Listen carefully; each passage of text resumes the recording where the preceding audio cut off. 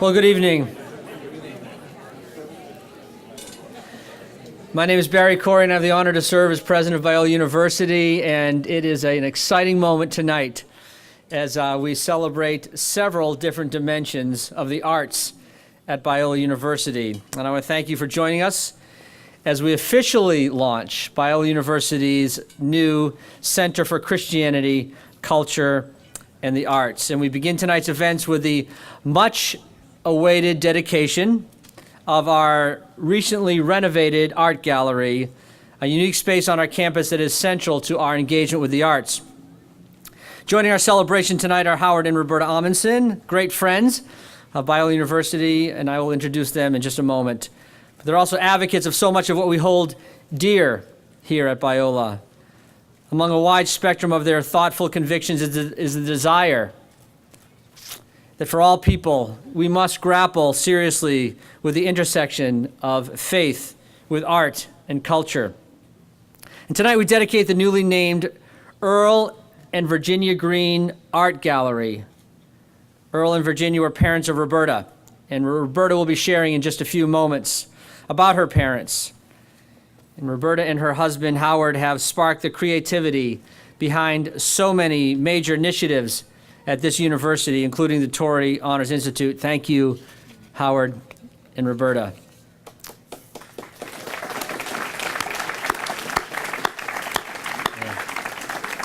Now, many of you remember that Roberta served as our visionary in residence for the academic year 2011-2012.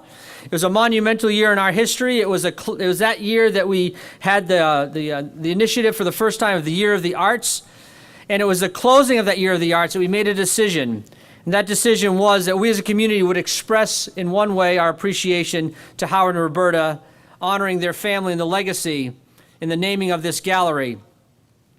And Roberta, as the metallic letters and bronze plaque behind me attest, we are so honored to give permanence to your parents' story within the space and life of this campus and this community. These good folks from Iowa, a couple from America's heartland. And I remember just not long ago standing by the open grave as you laid your mother to rest, this dear and precious woman in your life. Finally, before Roberta comes to share, I'd also like to recognize the other reason for our gathering this evening, which is to commemorate and celebrate the launch here at Biola University of the Center for Christianity, Culture, and the Arts. This effort in so many ways sprung out of the Year of the Arts, thanks to the fertile imaginations of Roberta and Howard, of our Provost, David Nystrom, the director of the center, Barry Kramus, and the input of so many others here tonight. We are proud and honored to inaugurate this important new dimension of Biola University.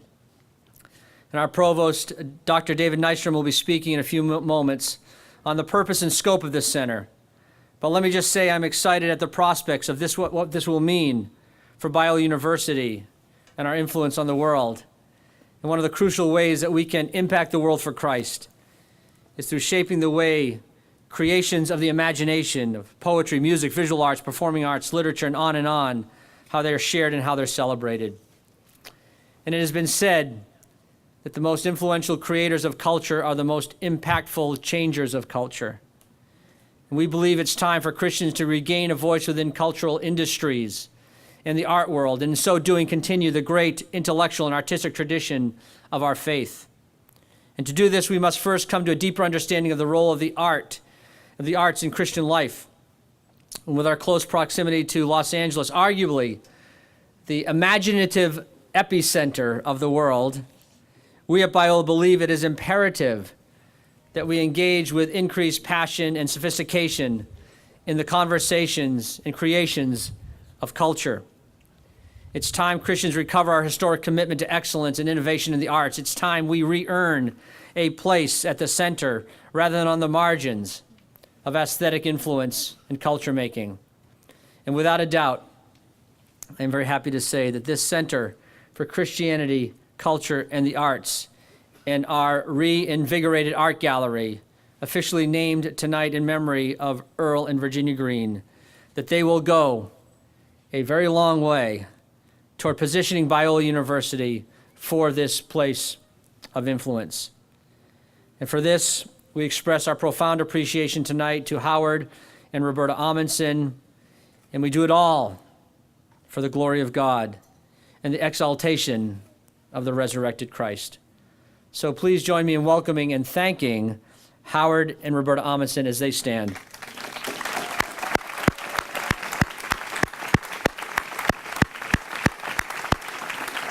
And Howard, as you're seated, and as I go to my seat beside my wife, Paula, Roberta, please come and share about your parents, Earl and Virginia Green, and welcome, Roberta.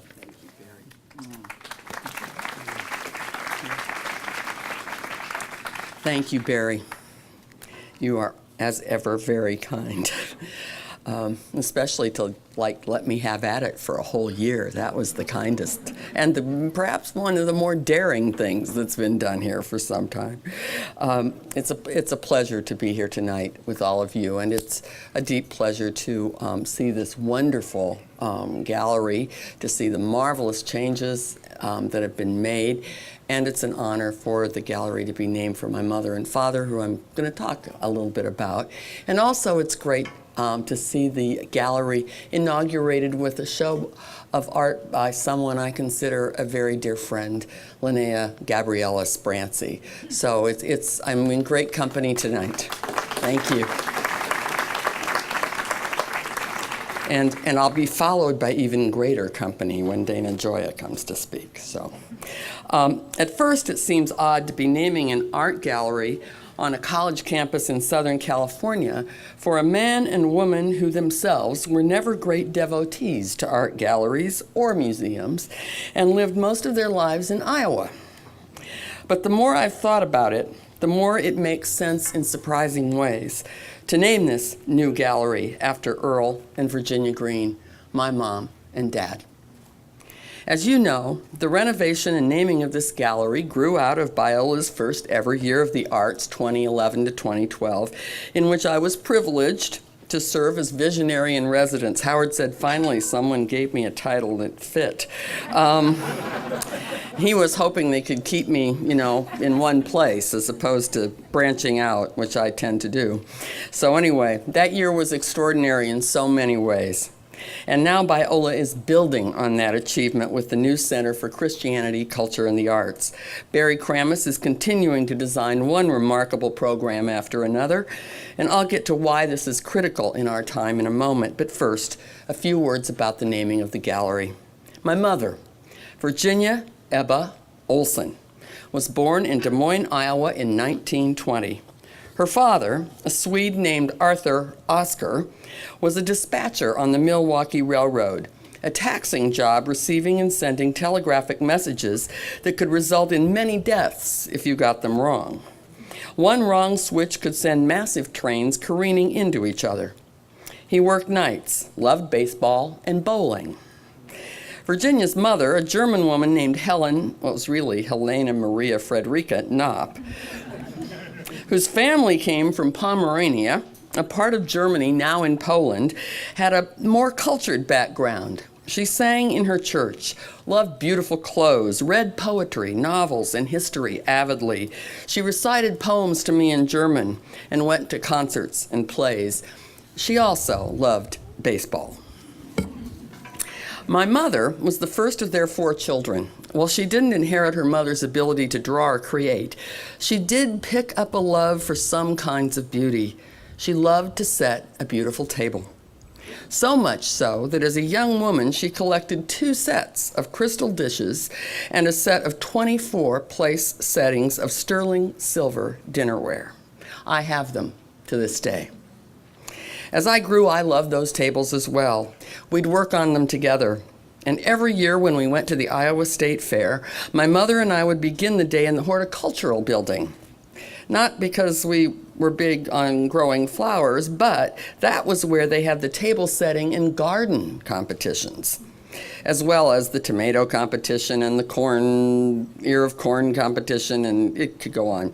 We examined those tables in detail, thinking of what we might have done differently, appreciating what we thought they got right, picking up ideas for our own tables, and deciding whether or not the judges had awarded the prizes correctly. We often disagreed. My father, not the table-setting type, went off to look at farm machinery and animal competitions, not my mother's and my idea of how to start the day. My father, Earl Gustav Green, named in part for a king of Sweden, of course, was born in 1913 in Perry, Iowa, a terminal town on the Milwaukee Railroad. His father, Earl Edward, was a brakeman on that railroad. My grandmother, Selma Louise Fluborg, said she married Ed for his beautiful eyes. I don't think the fact that he could tell a great story and bake great pies hurt his chances either. Selma, however, had a notable skill. She could look at a picture out of a magazine, take your measurements, and cut a pattern to make that dress as good as the one you had seen. She was a master seamstress and a good businesswoman. When I was born, she started making dolls and clowns as well as doll clothes for me. Since she made most of my and my mother's clothes, many were copies of our outfits. One guest room in our house is decorated with framed ensembles she designed and made for a doll named Carol Ann. They are truly works of art. But you have to like doll clothes to sleep there, I have to tell you. If you don't like doll clothes, it's a little much, but never mind. In fact, I had one male guest who asked if he could be in a different room. I don't know. What's his problem? Anyway. Selma also taught me to crochet, saying I'd be nervous in my life and I'd need to have something creative to do with my hands. My father translated, and there are people across the country who have these not so great, but well crocheted hot pad holders all over from the 70s and 80s. My father translated that skill to machines. Before cars were full of electronics, my dad could take an engine apart and put it back together. He was a fireman and engineer on the Milwaukee Railroad and kept massive diesel engines running. He was also the interior designer of our houses. He loved the combination of dark green, red, and white, and so do I. He loved color, and so do I. I would buy him shirts, and they would always be colorful plaids and things, and my mother would always buy him like pale gold or something. And he'd look at the shirts she'd give him, and then he'd look at me, and I'd just go, dear me. And she was trying to change him, and it never really worked. I just got him the bright colors. And he was neat in an unfussy kind of way. His tools and the nails and screws and all the pieces he had for the many cupboards and shelves he built were always neatly organized in folded down brown paper bags on shelves in the garage. He had a sense of space and balance. And I think I got that from him. But an art gallery named for them? Well, their combination of talents and dreams made me who I am. And their latent talents gave me the love for the arts that has animated much of my life. They also loved to travel, and I got that bug too. Travel means I've been able to see and explore and think about the wonders of God's creation, including the wonders of creativity human beings made in God's image have been able to create in His name. I wouldn't have had that had I had different parents. Most of all, my parents gave me their faith. They were, in keeping with Biola's heritage, true, capital F, fundamentalists. They knew about the books Lyman Stewart had commissioned. The truth of the Christian gospel was central to their lives, and they lived it heartily. They were open, or maybe liberal, fundamentalists. However, they were the only Baptists invited to the 50th anniversary of the local Catholic priest, Father Schulte's ordination, which said something about Father Schulte and about my parents.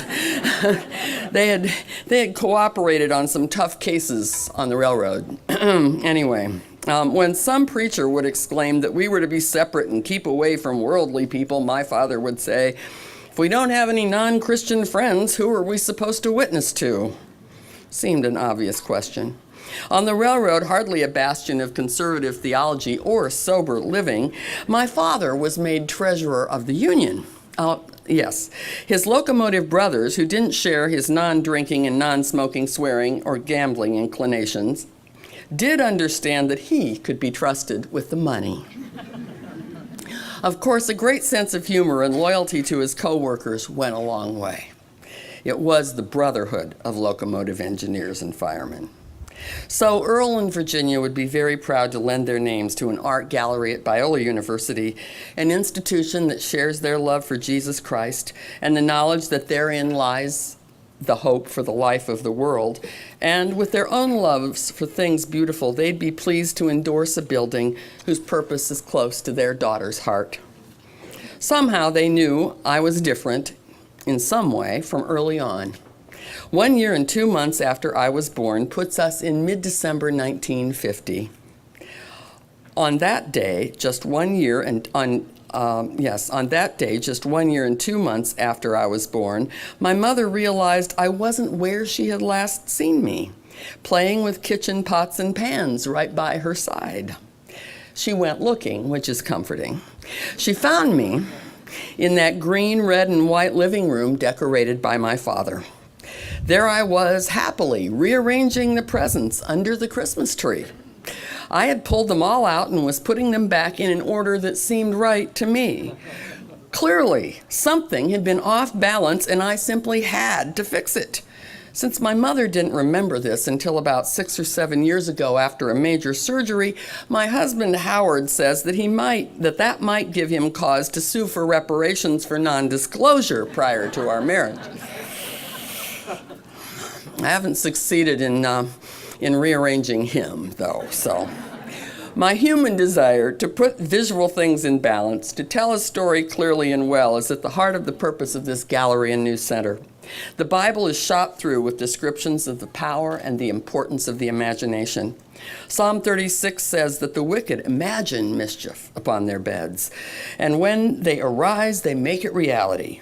Of course, it works the other way as well. And the Bible is also full of examples of the power and importance of works of art that not only bear witness to the person and glory of God in all its fullness, but also to those that make the need for cleansing and forgiveness clear.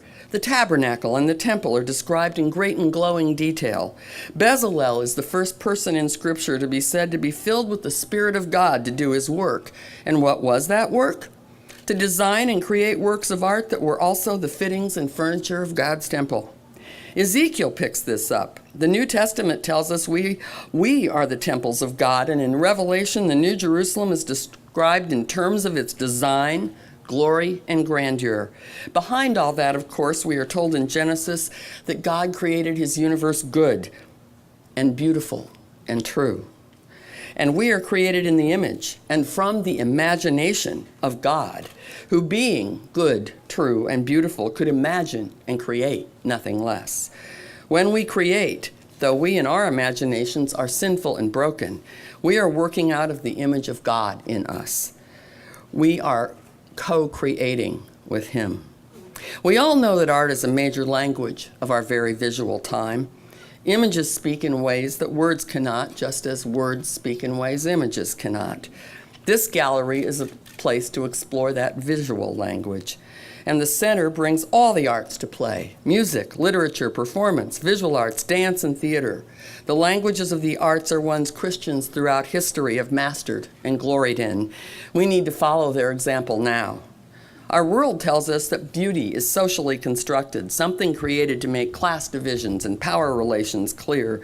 Certainly, some beauty is socially constructed. Hairstyles attractive in one area seem hideous in another. But some beauty, dare I use that word, is not. We look at a night sky filled with stars, not yet, and we stand in awe and wonder, maybe because it's harder to see them in California. A sunset, a baby's face, a flower, a melody we cannot forget, the lilt of a phrase that sticks in our minds. These things are embodied beauty, not a platonic ideal or a mere social construct. They are rooted in the beauty of their creator. A center such as the one Biola has had the courage to create will explore these issues and more, and seek to understand their voice and their importance in our time and in the years ahead. So, I am honored to be here tonight. Thankful to be the daughter of Earl and Virginia Green, granddaughter of Arthur and Helen, Selma and Ed. It is a precious heritage. And I am honored to be part of the extended family of Biola University. Excited to see it move forward to engage the challenges of our time, rooted in the eternal truth and beauty of Jesus Christ and the word that has been entrusted to us. Thank you.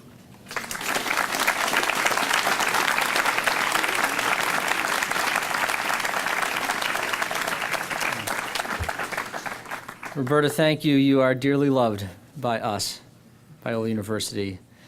So on behalf, again, of the Board of Trustees and our board chair, Stan Jancis, with us this evening, we want to say thank you to you, Roberta, to you, Howard, for your significant vision, creativity, inspiration, provocation, and support of all that we're doing here as it relates to the arts and so much more.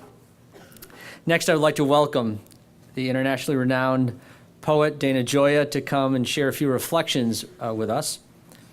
Dana, here with his lovely wife Mary, holds the Judge Whitney Professor of Poetry and Public Culture at the University of Southern California.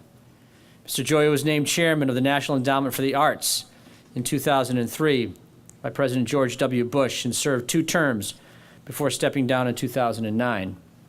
He holds a BA and an MBA from Stanford University, an MA in Comparative Literature from Harvard University.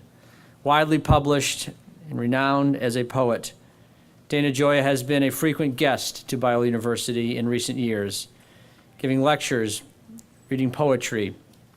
Also, our dear friend is a native of Los Angeles, so he is a neighbor. We are thrilled to have him here this evening to mark such a milestone in Biola's history. And I'm honored to say I also keep a book of his poetry on my desk at home, drinking deeply from the well of your words, and often doing so in a way that quenches my soul. So thank you, Dana Gioia. Please join me in welcoming our brother, Dana Gioia.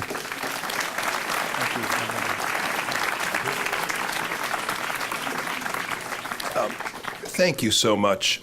Good evening. It is a pleasure to be back at Biola, and especially on such an evening as this, which is important to Biola, and for reasons that I want to get into, I think important for the country. The inauguration of the Earl and Virginia Green Art Gallery in the Biola University for the Center for Christianity, Culture, and the Arts has a local importance. It will change over time this community.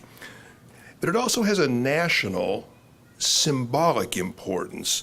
It's a sign of a change that I think is happening in the culture, and it's also a sign of hope for enlarging the voice of Christianity in America. And I'm going to talk about this, but I'm going to wait a moment, because first, I can't help but pause and spend a moment honoring one of the most remarkable women I have ever met.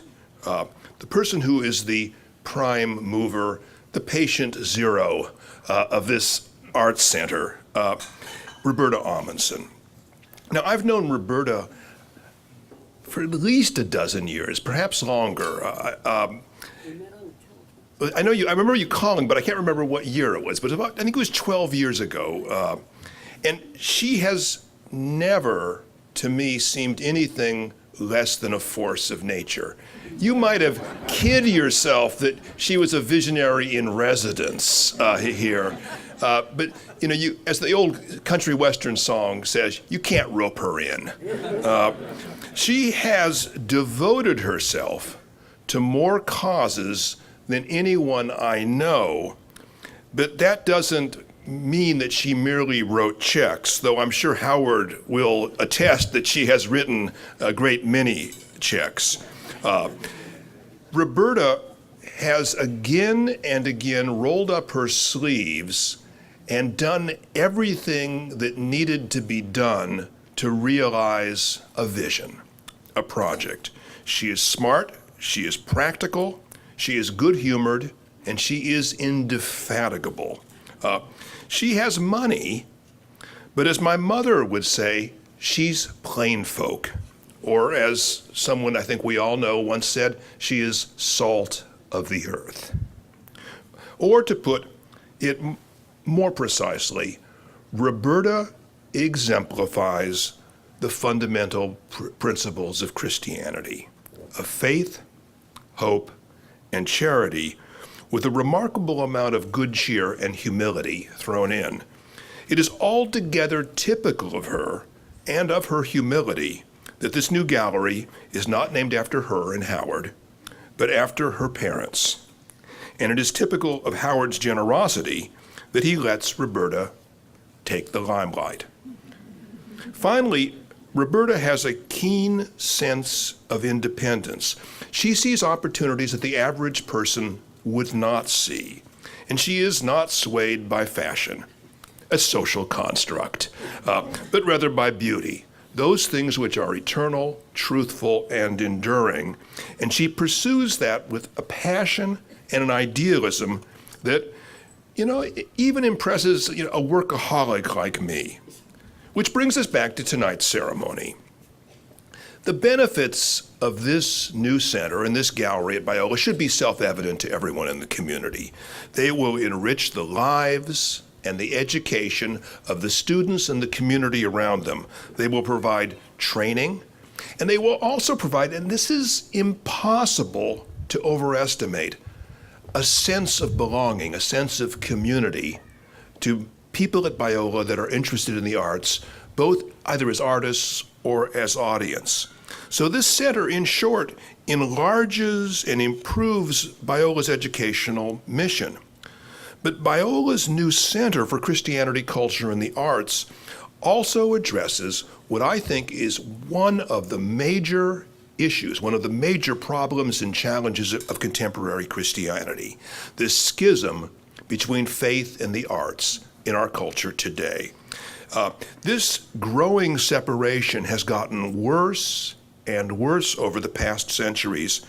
It seems to some people, and I know this because when I give talks at places, students come up and ask me afterwards. In a secular university, they'll say, "You are the only speaker we have had in our entire years here who has identified himself as a Christian." They believe that the life of faith and the life of creativity are irreconcilable. It would be impossible, however, if you look back at the actual history of art, the art that we love and we value, to understand Western art without recognizing the centrality of Christianity over the past 2 millennia. Michelangelo, Rembrandt, Raphael, Van Gogh, Bach, Mozart, Palestrina, Dvorak, Gaudi and Bramante, Dante, Milton, Dostoevsky, and Tolstoy. These have been the defining figures of the Western tradition.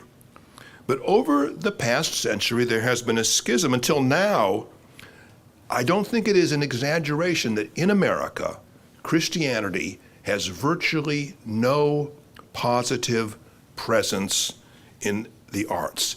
And this not only diminishes Christianity, it diminishes the arts. From us, it has taken one of the most powerful ways in which we have God's word heard in the world, felt in the world, experienced in the world. But for the arts, it has taken away the spiritual strength which has nourished and enlarged them. And this cultural gap remains a deep problem at the heart of contemporary Christianity. The loss of beauty, both as a concept and as a practice in our churches. We have lost touch with the essential connection between truth and beauty. We have lost our sense of the importance of beauty in understanding ourselves and the world as God created it, not as we have screwed it up. And we forget the injunction in Psalm 29, "Give unto the Lord the glory of his name, worship the Lord in the beauty of his holiness." That at the center of holiness, at the center of the truth of God's existence in the world he made for us, is beauty. Or as Gerard Manley Hopkins wrote thousands of years later, "The world is charged by the grandeur of God. It surrounds us, we feel it, and yet, as Christians, we have increasingly lost our ability to bring it into our art, our worship, our community, our lives. Oscar Wilde said, "Man is hungry for beauty. There is a void. And if we do not feed that hunger with the beautiful and the true, the divine, that appetite will be staunched by the cheapness and mendacity that we see everywhere around us in the commercial media." Dostoevsky, in one of his great novels, said, "Beauty will save the world." That sounds outrageous on first hearing, until we realize that only a vision of ourselves, our world, and our lives that is both beautiful and true will have the power to call us into it, the power to make us want to dedicate our lives to it. We are not pure spirits. We have bodies. We bring all 5 of our senses into every moment of our lives, and we need to experience truths embodied in ways that our complete humanity can respond to, can participate in. "Oh, taste and see the Lord is good." Don't think your way through the Lord is good. It should be palpable. It should be apparent to your senses and the reality of its existence.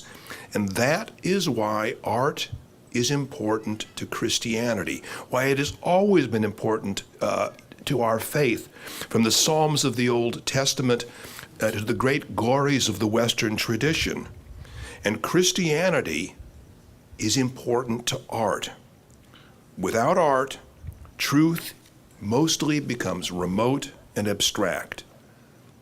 Biola's new center is only a beginning, but it is an important beginning. Here in the city, and the Los Angeles area, which has more creative people, more artists than anywhere else in North America, here in the center of the modern arts, we have created a way of witnessing that art and faith are natural partners. It is a catalyst here on campus, and it, I hope, will become a symbol to motivate other schools to emulate you.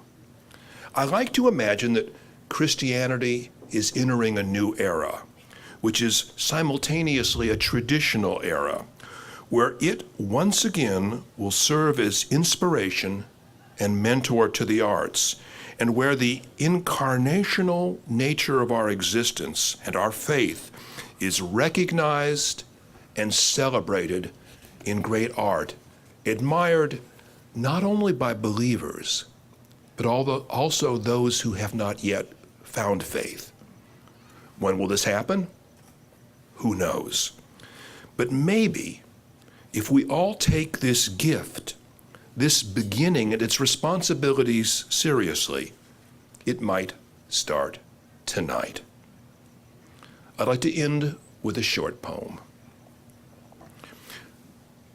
Praise to the rituals which celebrate change, old robes worn for new beginnings, solemn protocol surrounded by ancient experience, where the mutable soul grows young in the imagination's white dress, because it is not the rituals we honor, but our trust in what they signify. These rites that honor us as witnesses, whether to watch lovers swear loyalty in a careless world, or a newborn washed with water and oil. So praise to innocence, impulsive and evergreen, and let the old be touched by youth's wayward astonishment at learning something new, and dream of a future so fitting and so just that our desire will bring it into being. And that's what I think the Ahmansons have done tonight. They've given us a vision of our faith, of our culture, of our lives that is so fitting and so just that our desire needs to bring it into being. Thank you so much, and congratulations, Biola.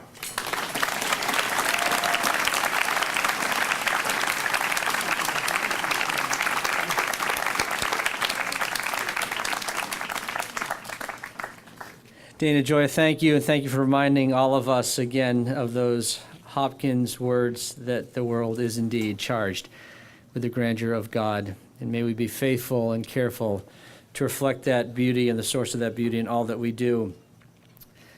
Speaking of beauty, I would next like to invite Linnea Spransy to the podium, after which our Provost and Senior Vice President, Dr. David Nystrom, will share. Linnea Spransy is an exemplary artist of faith whose work is the first to be displayed in the new Earl and Virginia Green Art Gallery. I hope that you'll have time to explore her collection of work on display from now through October the 17th, an exhibition entitled A Mass. A graduate of Yale in 2001 with an MFA in painting, Linnea's work has been exhibited throughout the United States and internationally. Last year, Linnea spoke to our students in chapel. She also participated in our events during the Year of the Arts. We're so thankful that she has chosen to showcase her art on Biola's campus and be part of this important moment for our community. Please join me in welcoming artist Linnea Spransy.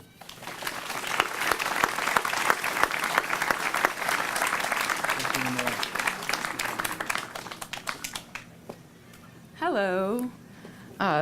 The K in my last name is silent, Spransy, but close. You manage the first name, which most people can't do. What's interesting, actually, about my name is that the Latin root of it is literally translated as line. And those of you who have seen the work can perhaps get a chill of recognition that sometimes there are prescient moments in life, and perhaps I was named in a way where I had no other choice than to be an artist.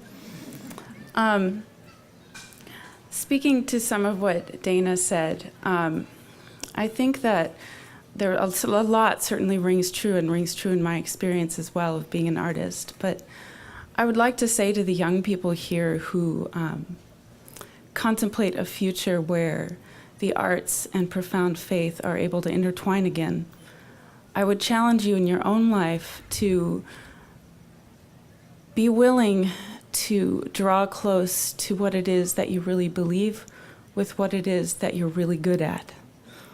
There was a moment in my graduate experience where a lot of the ingrained kind of prejudices of my environment finally broke off in a moment of truth-telling. And in that moment of crisis, I actually had the opportunity to draw very near to who and what I cared about, and to start to ask questions about what's true. And the work that you see in the gallery behind me is actually the fruit of that choice to shuck, to allow myself to eschew a lot of the cultural prejudices that were surrounding me in the art world, and to start to realize that I had within me the potential to step into a space that very few people dared to occupy anymore, and to do it in a way that was very true to what I cared about. So the work that I make challenges the presumption in American culture, contemporary Western culture, that freedom is actually defined as absolute potential at all times, and every moment is open to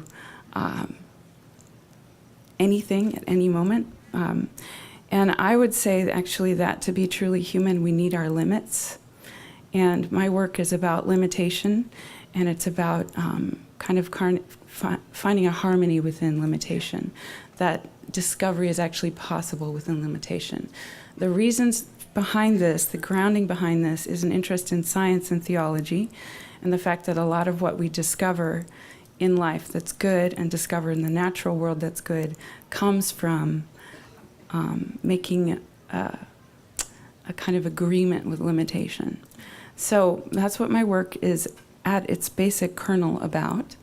There are lots of ways to unfurl that and describe it to you, but I was asked to speak for only 5 minutes. So I've done that, I think, by now. But I hope that the work continues to speak long after I've fallen silent. So I wanted to give you something good, and I hope that I have, and I feel honored to be involved with this company. So thank you for coming.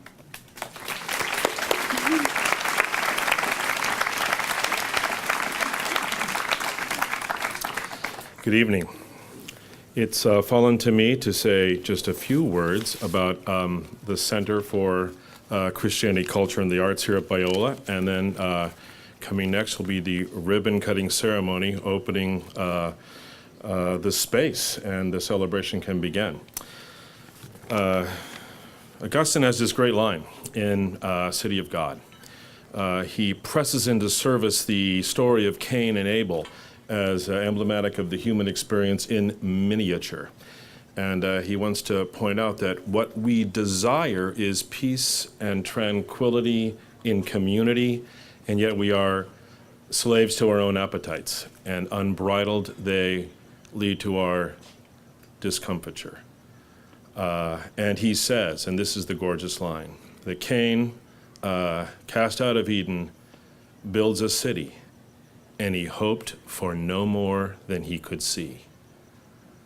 The minimalist, materialist ethic that in many ways is true of our age.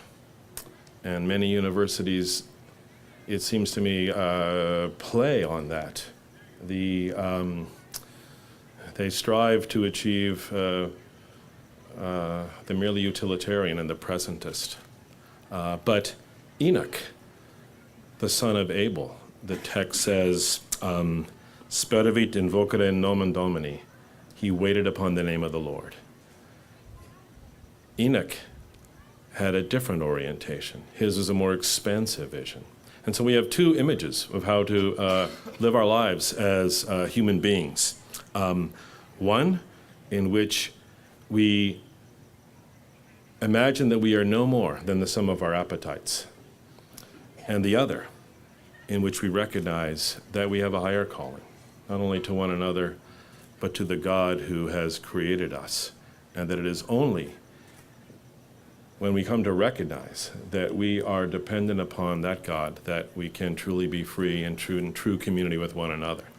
So the Center for Christianity, Culture, and the Arts, I think, is in part about living into that, but not only for ourselves as Christians, but also recognizing that we have a responsibility to the world. St. Paul conjured the task of Christian individuals as well as Christian institutions as that of an ambassador. An ambassador lives in a country not their own, and so are we. We are peregrini. We do not belong here. We travel through, but our citizenship is in heaven. But an ambassador also needs to understand that culture, and an ambassador ought to have affection for it.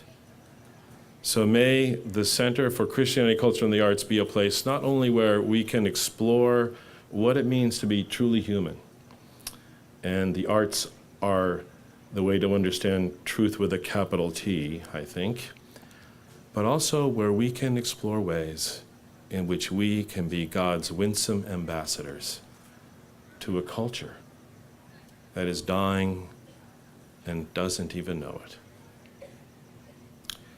And now I'd like to ask Howard and Roberta Ahmanson, President Corey, Dana Gioia, and Linnea Spransy to join me up in front, and we prepare to cut the ribbon.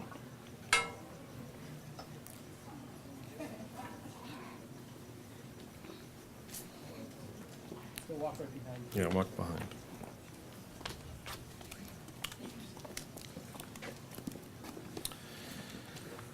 And would you join me in a moment of prayer? God in heaven, all that we have, we owe to you. Forgive us when we forget this basic fact. Remind us that you are the God of creation par excellence. We owe our existence to you, our lives to you, and we owe our devotion to you. We thank you for this opportunity tonight to celebrate the arts and the promise and the potential of a center for Christianity, culture, and the arts at Biola University.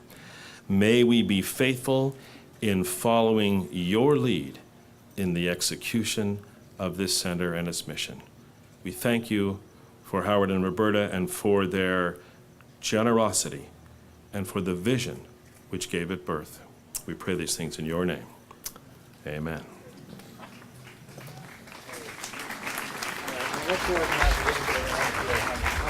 Come on up a little bit then.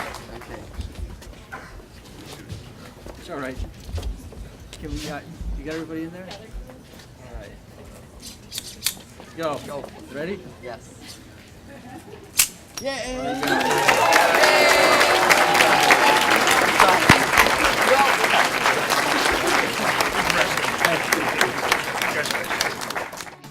Biola University offers a variety of biblically centered degree programs, ranging from business to ministry to the arts and sciences. Visit biola.edu to find out how Biola could make a difference in your life.